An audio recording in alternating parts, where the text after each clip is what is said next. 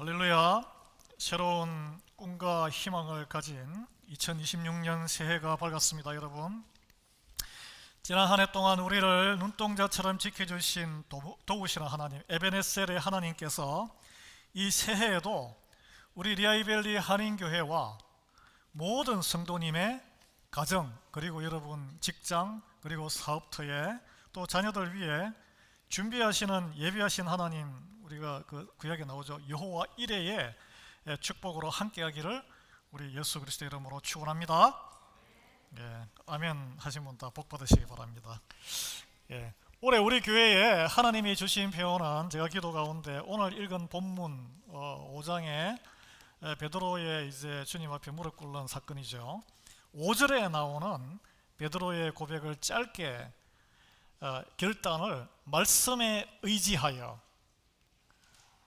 이게 뭐 영어로는 여러 가지로 번역이 되던데 So you say so, 당신이 그렇게, 주님이 그렇게 말씀하셨기 때문에 제가 따르겠습니다, 이런 결단입니다. 이걸 좀 더 확장해서 보자면 표를 말씀에 의지하여 기적을 넘어 주님께로, 그렇게 한번 정해봤는데 그냥 말씀에 의지하는 게 중요해요. 그래서 우리가 다 같이 결단하는 마음으로 같이 한번 외쳐보겠습니다. 말씀에 의지하여 기적을 넘어 주님께로.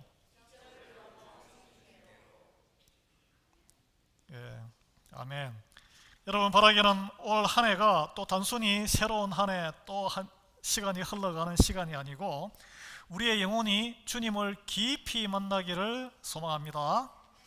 그래야 가정이 회복되고 여러분 가정이 평안하고 서로 사랑스럽고 격려가 돼야 삶이 덜 피곤해요. 가정이 회복되어야 할 줄 믿습니다. 그리고 우리 교회가 영적으로 영적인 부흥이 그런 부흥을 경험하는 한 해가 되기를 소망합니다. 영적인 부흥이 없이 양적인 부흥이, 오늘도 많은 분들이 오셨는데 막 쏟아져 들어오면은 더 골치가 아파요. 영적인 부흥이 있어야 합니다. 예. 오늘 본문의 배경은 게네사렛 호숫가라고 했는데 성경에서는 디베리아 호수라기도 하고 티베리우스 그 로마 황제 이름이죠. 갈릴리, 우리가 흔히 아는 갈릴리 바다, 민물, 이스라엘에서 가장 큰 바다입니다. 거기에 서북쪽에 가버나움이라는 그 어촌의 도시의 그 옆에서 먹고 살던 어부들의 이야기입니다. 그곳에서 밤새도록 그물질을 했지만 단 한 마리의 고기도 잡지 못한 빈배 2개가 정박해 있었습니다. 생각해 보세요. 밤을 새워서, 왜 그들은 밤을 새웠을까요? 물고기가 다 어디 도망갔든지 워낙 많이 잡아서 물고기 씨가 말랐든지 일단 한 마리도 잡지 못했다는 것은 심각한 문제입니다. 여러분, 가게를 열었는데 그날따라 손님이 한 명도 없는 거예요. 어떡하겠어요? 얼마나 힘들어요. 저도 옛날에 가게를 해봤지만 손님이 많으면 텍스 리턴 시즌에는 많아서 몸은 힘들지만 트래픽이 많아서 돈이 많이 벌리면은 이렇게 스트레스가 덜 쌓이지만 손님이 없으면 일은 없는데 몸이 아파요. 일이 안 풀리면, 여러분 비즈니스에 안 풀리면 몸이 아파요. 낙심해요. 지쳐요. 그물이 텅 비어 있었어요. 이민생활 오래 하셨는데 자녀가 잘 되는 것도 없고 남들은 막 이렇게 성공의 길을 달리는데 내 인생은 왜 이렇게 되는 거예요? 마음의 실패감이 가득 차 있습니다. 또는 건강이 안 좋아지거나 그런 일을 겪지 않습니까? 경쟁이 치열하죠. 우리 도시는 덜한데 다른 대도시 가면은 우리 한인들끼리 경쟁을 해요. 도매가 이렇게 쫙 알기 때문에 로케이션 좋으면은 뷰티 스플라이나 그로서리 이런 걸 또 탁 가까운데 길 건너에 오픈해. 한국 사람이에요. 복장이 터지죠. 같은 우리 한인들끼리 서로 도와가면서 마켓을 서로 이렇게 존중해 줘야 되는데 세탁소도 마찬가지고 그런 일이 비일비재합니다. 속이, 또 자녀들 잘 있다가 자녀 문제가 터지거나 건강, 이제 좀 먹고 살만한데 일을 너무 열심히 하셔가지고 연세 드셔서 이제 좀 은퇴하고 좀 쉴만한데 몸이 너무 아픈 거예요. 여기저기 아프고 너무 안타까워요. 그런 성도들을 우리 교회는 뭐 별로 없지만 옛날에 제가 많이 봤어요. 안타까운 일이에요. 빈손이에요, 빈손. 우리의 모습일 수 있습니다. 근데 오늘 이 본문에는 그 처절한 실패 현장에 예수님이 찾아오십니다. 예수님이 그 베드로의 실패한 배까지 타셨어요. 걸어서 빈 배에. 여러분, 이 시몬이라고 나오는데 이제 나중에는 쓰임을 받아서 베드로로 바뀌죠. 여러분, 여기 시몬은 베드로입니다. 예수님 영접하기 전에 옛날 이름이에요. 원래 이름. 이 시몬이 오늘 예수님을 처음 만나는 게 아닙니다. 이거 우리가 주목해야 돼요. 예수님이 시몬에게 낯선 분이 아니었다는 거예요. 오늘 우리가 누가복음 5장을 읽었는데 그 직전에 보면 4장에 예수님이 시몬의 집에 신방을 가십니다. 시몬의 장모가 열병이 걸려가지고 거의 죽을 지경인데 집에까지 찾아가서 열병을 고쳐주는 의사도 아닌데 이적을 일으켜요. 그리고 그 동네 가버나움에서 귀신 들린 자도 고쳐주고, 그 다음에 말씀도 많이 선포하고, 그래서 사람들이 우와 대단한 분 오셨네, 선지자, 이분이 메시아인가 우르르 몰려다니는 그걸 소문을 듣지 않았겠습니까? 그러나 자기는 바빴어요. 왜? 처자식을 먹여 살려야 되니까. 하루 종일 밤새워 일터에 가서 오버타임 일을 하는 거예요. 우리의 모습. 다 보았지만 그냥 거기까지예요. 그래서 그는 예수님을 그냥 존경하는 능력 있는 선생님 정도로 여겼지 자기의 인생을 송두리째 맡길 수 있는 주님으로 모시지는 않았다는 거예요. 그래서 5절을 보면요, 예수님의 말씀을 따르고자 하는 순간까지도 여전히 예수님을 선생님이라고 부릅니다. 선생님. 에이, 예수님은 예수님이고 내 생업은 내 생업이지, 교회는 교회고 내 밖의 세상은 밖의 세상 따로 돌아가는 거지. 신앙과 삶이 분리된 상황, 적당한 거리두기, 너무 깊숙이 들어가면은 아유 머리 아파. 가깝지도 멀지도 않게 나에게 편한 거리를 두고 하나님을 믿는, 이게 흔히 볼 수 있는 우리 기독교인, 바로 종교인의 라이프 스타일입니다. 이게 종교인의 스타일. 여러분, 우리가 주일에는 와서 성도가 되지만 주중에는 여러분이 소속된 가게와 경쟁사회와 회사에 세상의 법칙이, 그래 그걸 지켜야 내가 살지, 그걸 세상 법칙만을 열심히 따르며 성실하게 살아가고 있는 모습은 아닙니까? 그래서 내가 모태신앙으로 또는 교회를 열심히 몇십 년 다녀서 교회는 다니지만 사실 이게 나에게 무슨 소용이 있나, 그런 생각을 해보신 적은 없으세요? 그런데 예수님께서 그걸 다 아시기 때문에 그 적당한 거리를 깨트리고 시몬의 일터로 찾아오셔서 그 텅 빈 배 안으로 들어오신다는 거예요. 근데 여기서 놀라운 거는 베드로가 피곤해, 정말 피곤한데 아침에 왜 내 배 안에 들어오시냐고 튕겨내지, 이게 거부하지 않았다는 거예요. 여러분, 우리의 대부분의 경우는 내 인생이 너무 바쁘거나 너무 피곤하면 예배에 오라든지 말씀을 준다든지 하면은 아유 귀찮게 왜 그래요, 튕겨내는 분들이 많아요. 한번 본인에게 적용해 보십시오. 시몬의 배에 이제 예수님이 앉으셔서 배에 앉아 있는 다른 사람들과 옆에 있는 또 다른 배의 어부들이겠죠, 말씀을 가르치셨어요. 예수님은 어디 가시든지 간에 하나님의 말씀을 선포합니다.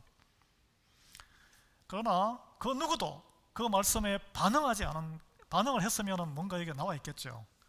그냥 속이에 경일게, 에이 밤새 일을 해가지고 피곤하고 배고프고 이 말씀이 나랑 무슨 상관이 있어.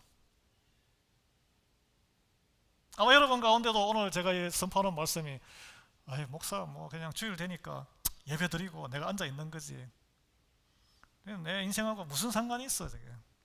아마 그렇게 생각하시는 분 계실지도 몰라요. 그런데 예수님이 말씀하시기를 마치시고 오늘 본문에 보니까 텅 빈 그물 옆에 있던 시몬을 아마 쳐다보셨을 거예요. 왜냐하면 그에게 직접 1대1로 말씀을 하신 것이기 때문에 4절에 깊은 데로 가서 그물을 내려 고기를 잡아라. 시몬아, 깊은 데 다시 가. 다시 그물을 내려봐.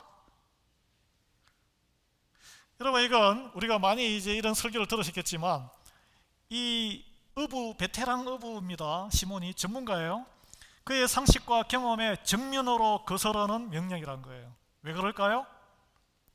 제가 찾아도 봤는데 물고기는 밤이 되면은 이렇게 좀 깊은 곳에, 낮에는 깊은 곳에 있다가 뜨거우니까 아침이 되면은 얕은 곳으로 나온다 그래요. 수초가 있는 곳, 플랭크톤이 있고, 그들도 아침밥을 먹어야 하니까. 예. 그래서 아침에 깊은 곳에 가서, 그 깊은 곳은 밤에 잠자고 있는 물고기를 잡기 위해서 시몬이 다 그물로 허탕친 곳이에요.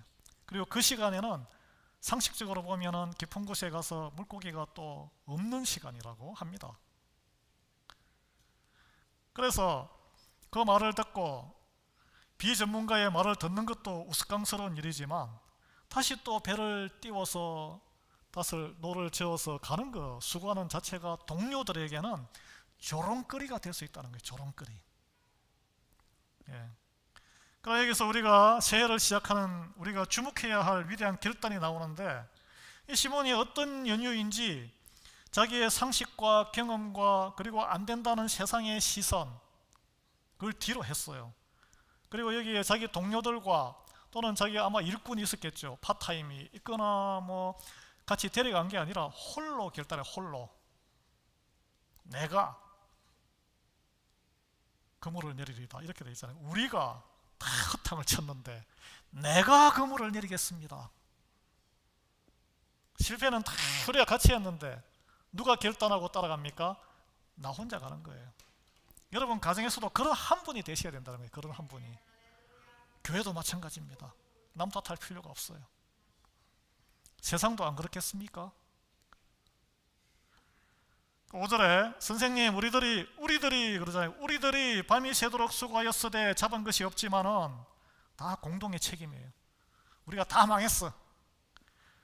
말씀에 의지하여 내가 그물을 내리리이다. 우리가 그물을 내리리이다. 우리 일꾼 시켜서 그물 내려볼게요. 이게 아니에요. 내가 그물을 내리리이다.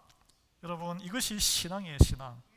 내 경험으로는 끝난 것 같고 상황이 절망적이고 내가 책임을 돌릴 수 있는 사람은 우리 공동체고 우리 모두지만, 사실은 속으로는 나 아니고 여러분들이지만, 너지만 수고는 내가 해보겠다. 이거는 주님의 말씀이 내 경험이나 내가 블레임할 수 있는 그런 핑계보다 더 크다는 거예요. 이것이 바로 말씀에 의지하여 나아가는 삶입니다. 우리가 이제 오늘 끝나고 감사 찬양 부를 때 나올 가사지만 주님 말씀하시면 나아가는 것이고 주님이 멈추라면 멈추는 것이 신앙입니다. 사업도 마찬가지예요. 오픈하라면 오픈하는 것이고 클로저 하면 또 클로저. 그래서 우리는 개업 예배도 드리는 것이고 그리고 폐업 예배도 드리는 게 성도예요. 교회도 마찬가지예요. 창립 예배도 드리고 클로즈 예배도 감사하며 드리는 게 성도란 거예요. 우리는 안 그렇죠.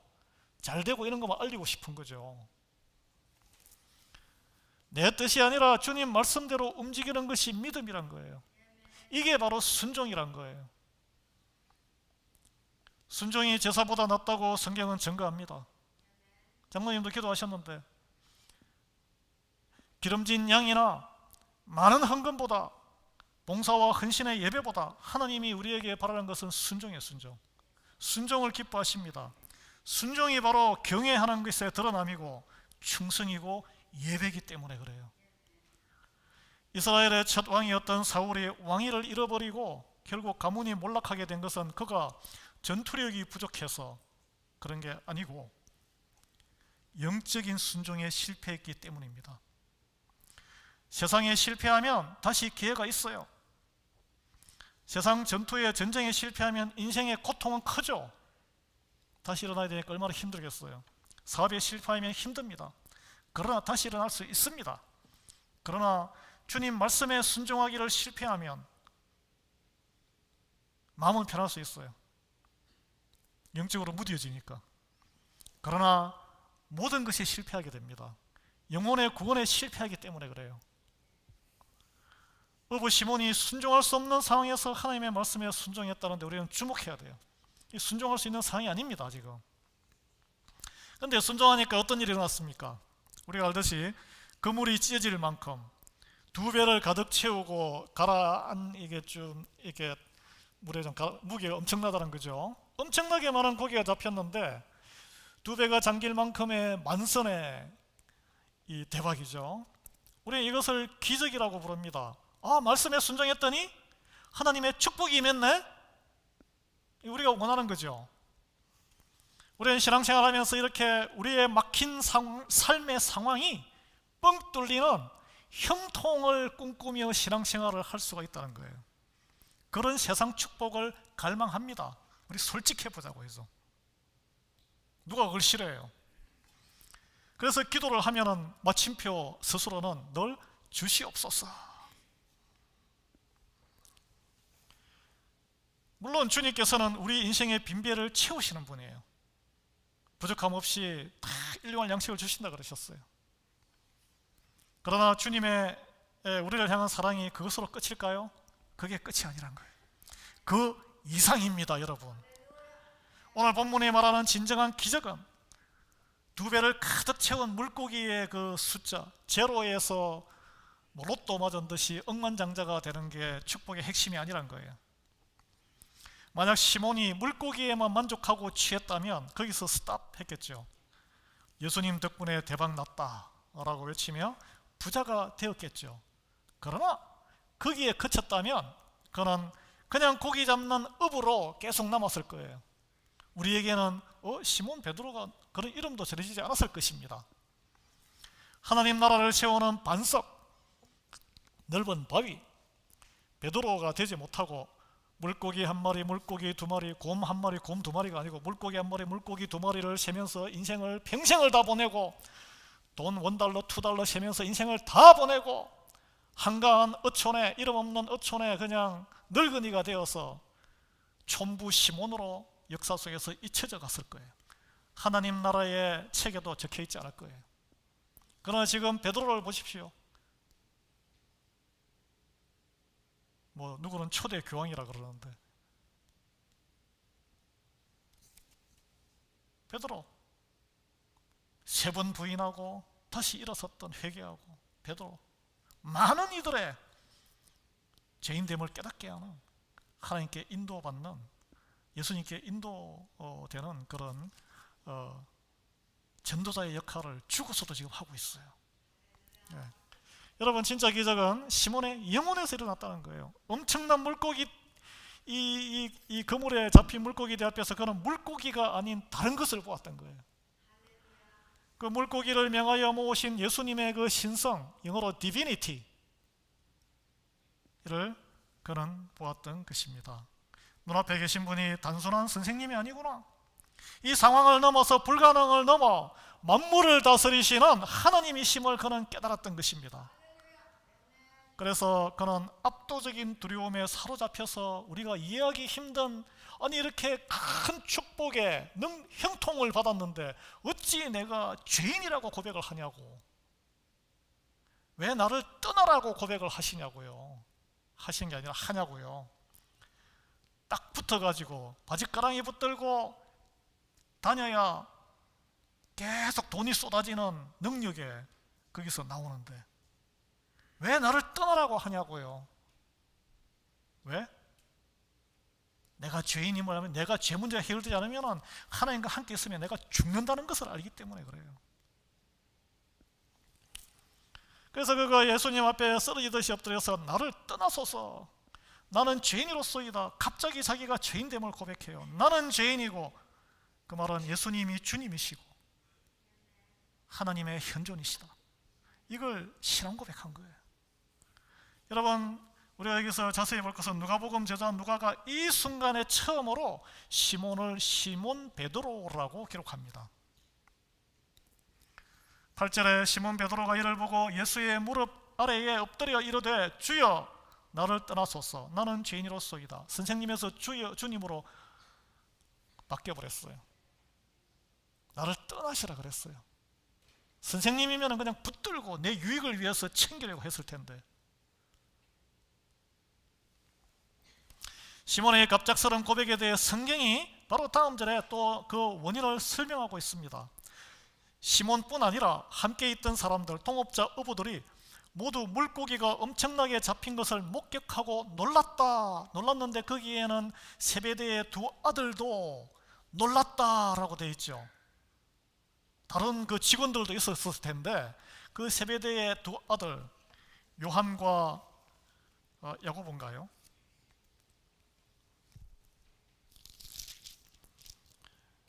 예, 야고보와 요한도 놀랐다. 왜냐하면 야고보와 요한이 또 제자가 되잖아, 제자가. 그러니까 주님을 보고 놀란 사람이 제자가 되는 거예요. 똑같은 현상을 봐도. 예. 그래, 우리가 이 놀랐다는 게 뭐냐?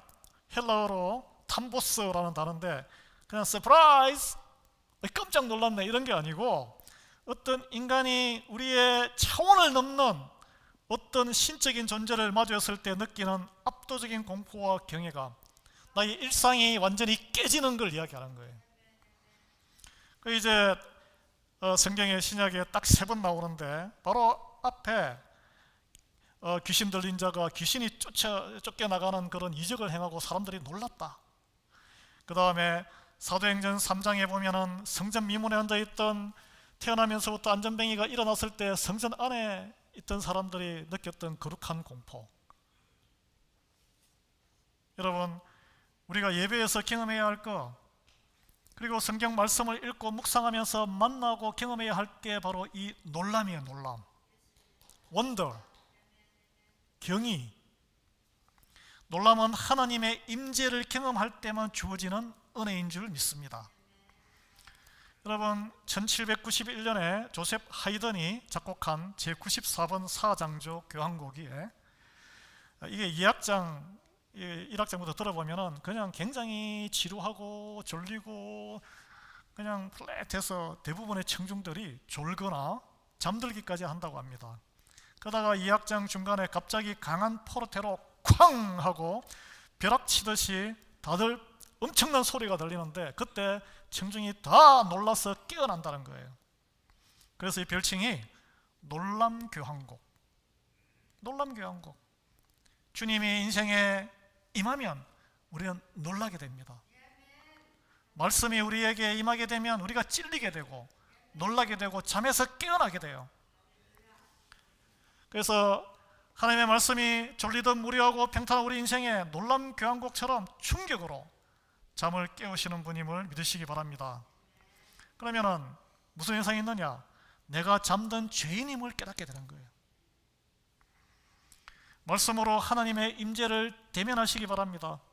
우리가 내가 얼마나 보잘것없는 죄인인지를 깨닫게 됩니다. 전율하게 돼요. 회개하게 돼요. 이것이 우리가 인생에서 만나야 하는 가장 큰 은혜와 축복이에요. 우리가 생각하는 가장 큰 은혜와 하나님의 축복이 만선의 기적이 아니고 그 기적 너머에 있는 회개의 기적으로 주님 대신 예수님을 만나는 것인 줄 믿습니다. 왜냐하면 만선의 기적은 생활을 윤택하게 해요. 그러나 죄인된 생명을 살리지 못합니다. 그러나 회개의 기적은 먹을 생선이 없어도 상관없어요. 배고파도 괜찮아요. 우리의 영혼을 구원하고 주님을 영접하고 영생으로 인도하게 되기 때문입니다. 시몬이 자신의 실체가 죄인임을 깨닫고 고백하게 되었을 때 예수님을 선생님이라고 부르던 그 시몬이 이제 주님이라고 부르잖아요. 주님이라고 부른다는 것은 주께 드리네, 주께 그게 영어 원래 우리 찬양곡이 I surrender, 내가 항복한다는 뜻이거든요. 내 뜻을 내려놓고 주님께 항복한다는 뜻이에요. 주님의 말씀을 듣고 순종하는 것은 항복하는 거예요. 항복한 포로가, 여러분 뉴스 보셨죠? 미국이 150대의 비행기를 동원해서 아주 한 명의 피해자도 없이, 거기는 베네수엘라는 몇 명이 죽었는지 모르지만 대통령 부부를 그냥 체포해 가지고 왔잖아요. 잡혀서 왔는데 뭘 할 수 있겠어요? 근데 오늘 아침에 보니까 사진 찍은 미국에 와 있는데 도리어 더 평온한 표정이더라. 그런 뉴스를 제가 본 것 같습니다. 여러분, 우리가 예수에게 잡힌 몸이에요. 극단적인 표현이기도 하지만 그러나 그 안에 진정한 자유와 평강이 있는 줄 믿으시기 바랍니다. 시몬에서 주님이 하나님의 나라를 세울 반석 베드로로 쓰임받게 되는 인생으로 바뀌는 것은 그가 온전히 항복했기 때문에 가능한 이야기예요. 여러분, 직원을 쓰셔도, 여러분 직원 파트타임이든 풀타임 쓰시는 분 계신데 이야기를 하는, 뭐라고 지시를 하는데, 잡 디스크립션 하는데 말을 안 들어, 말을. 그럼 이게 뭐 일이 되겠어요? 사고만 일으키죠. 사랑하는 성도 여러분, 2026년 우리 교회가 꿈꾸는 부흥은 바로 이겁니다. 여러분 동의하실지 모르지만 무엇이 부흥입니까? 단순히 숫자가 늘어나고 재정이 많아지는 것을 넘어서 그것도 필요해요. 그러나 진정한 예배는, 진정한 부흥은 예배 때마다 하나님의 임재로 탐보스, 두려움에 전율하는 경외와 감탄의 놀라움을 경험하는 거예요. 그러니까 주일만 그렇습니까? 주중에는 어떻게 해야 돼요? 본인이 그거는 말씀을 보고 애써 그 은혜를 사모해야 됩니다. 예. 나는 죄인입니다라는 진실한 회개가 이곳 우리 교회에서 또 모든 가정에서 터져나오는 영적 대각성이 일어나기를 예수 그리스도 이름으로 축원합니다. 예, 말씀에 의지하는 거예요. 이 회개 사건 이후에 베드로가 어떻게 변했습니까? 놀랍게도 11절에 보면 모든 것을 버려두고 그 가득 찬 만선 그 물고기들을 다 100가지 버려두고 예수를 따랐습니다. 그토록 원하던 만선이었지만 진짜 주님을 만나니 물고기가 더 이상 목적이 아닌 인생이 되는 거예요. 그렇게 물고기 잡으려고 밤새 애를 다 썼는데 험한 것이네 이게. 그걸 깨닫게 된 거예요. 여러분, 생계가 목적인 인생에서, 예? 구체적으로 이야기해서 방 3칸짜리에서 방 5칸짜리, 30만 불에서 50만 불짜리, 80만 불짜리, 예? 차가 한국차에서 일제차가 되는 게 내 인생의 이민의 목표였는데, 내가 이 학교 나왔으니 내 자녀들은 아이비리그 가야지, 이게 삶의 목표였는데 그게 아니게 됐다는 거예요. 사람을 낚는 사명자의 인생으로 거듭났습니다. 이 사람을 낚나니까 뭐 또 이거 목사가 돼야 되나 이런 게 아니에요. 한 죄인을 멸망의 길에서 생명의 길로 인도하는, 소망을 주는 사람. 목사 아니라도 다 할 수 있어요. 그래서 예수님께서 요한복음 8점에 말씀하셨잖아요. 8장에 너희가 내 말에 거하면, 내 말씀에 의지하면, 같이 있으면 이 말이에요. 진리를 알지니, 진리가 뭡니까? 예수님이 주님이라는 게 진리예요. 그걸 알게 된다는 거예요. 그 진리가 너희를 자유케 하리라. 무엇에서? 얽매인 곳에서. 내가 밤을 새워 잠을 안 자더라도 물고기를 잡아야지. 에? 내가 최고 전문가야. 남의 이야기를 들을 필요가 뭐가 있어? 그런 거짓에서 자유를 얻게 된다는 거예요. 그래서 예수님의 말씀에 의지했더니 세상의 얽매임에서 참된 자유함을 얻게 됩니다. 그러면 똑같은 일을 해도 시각이 달라져요. 아마 여러분 가운데 어떤 그 서플리먼트, 어떤 영양제라든지 약을 드시는 분이 있을지도 몰라요. 릴렉세이션, 그러니까 너무 막 앵자이어티가 있거나 그런 걱정이 있거나 화가 있거나 잠이 안 오거나, 미국에는 많습니다. 그게 이제 이 프리스크립션 안 받는 약이기 때문에 그러면 일종의 신경 안정제죠, 안정제. 그런 분 왜 그럴까요? 걱정이 많아서, 삶의 무게가 너무 무거워서, 경쟁이 너무 치열해서, 내가 소심해서, 자유가 없기 때문에 그래요. 너무 얽매여 있어서 그래요. 우리에게 이런 참된 자유, 주님이 다 아세요. 참된 자유를 주기를 원하십니다.